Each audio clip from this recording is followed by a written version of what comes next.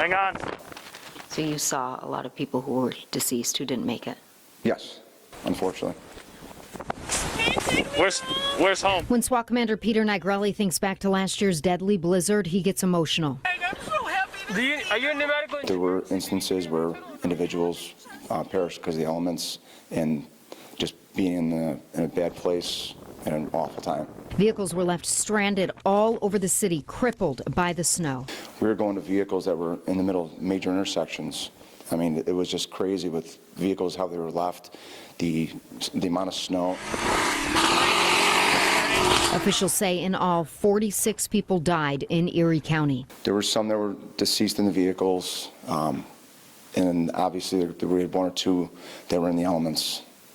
They were out probably early in the storm and figured they were going to be able to get to their next destination. They couldn't get that far. Captain Scott Blessey with Buffalo Police went around on his snowmobile searching for people who were stranded and recalls coming across a man walking on the side of the road.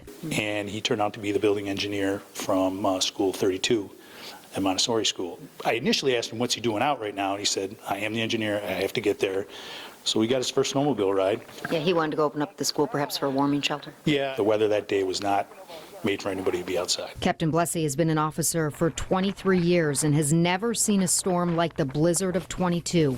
He remembers rescuing people from their vehicles. For some reason, they thought it was a good idea to go out and try and go to the store. It was Christmas Eve.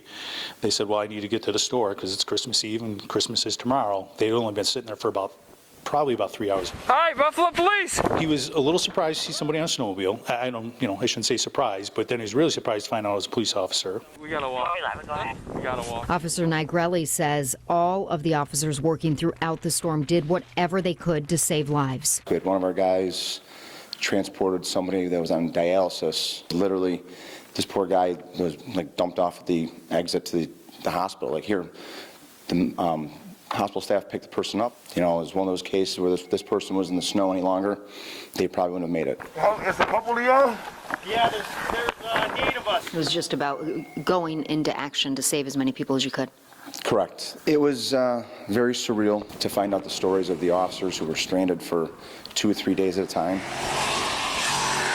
We responded to over 1,000 calls in a 4-day period. In Amherst, Captain Charles Persons tells me they found over 300 vehicles abandoned. It's tragic, and a lot of that tragedy probably could have been avoided if people had just listened to the advance warnings from weather and local media. Officer William Pates was one of many who worked throughout the blizzard. I slept on the floor of the gym.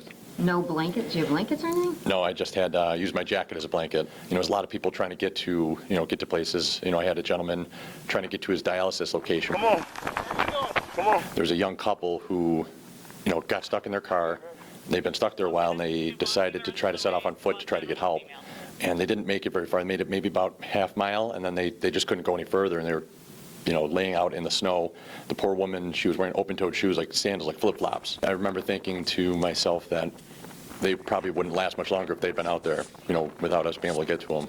In the midst of so much tragedy, there are countless stories of people coming together to help each other. Lieutenant Tom Brown likes to think back to those. They cooked for people. They made them coffee. They made coffee for the first responders out there. There was the McDonald's at Sheridan and Sweet Home. All right, these people got snowed in, stuck at the restaurant, but they were one of the lucky places that actually had heat and electricity. They opened up their doors to people that were stuck. Don't come too far right. Yeah, go slow. People don't realize if you weren't out there how bad it was and quite honestly, how scary it was.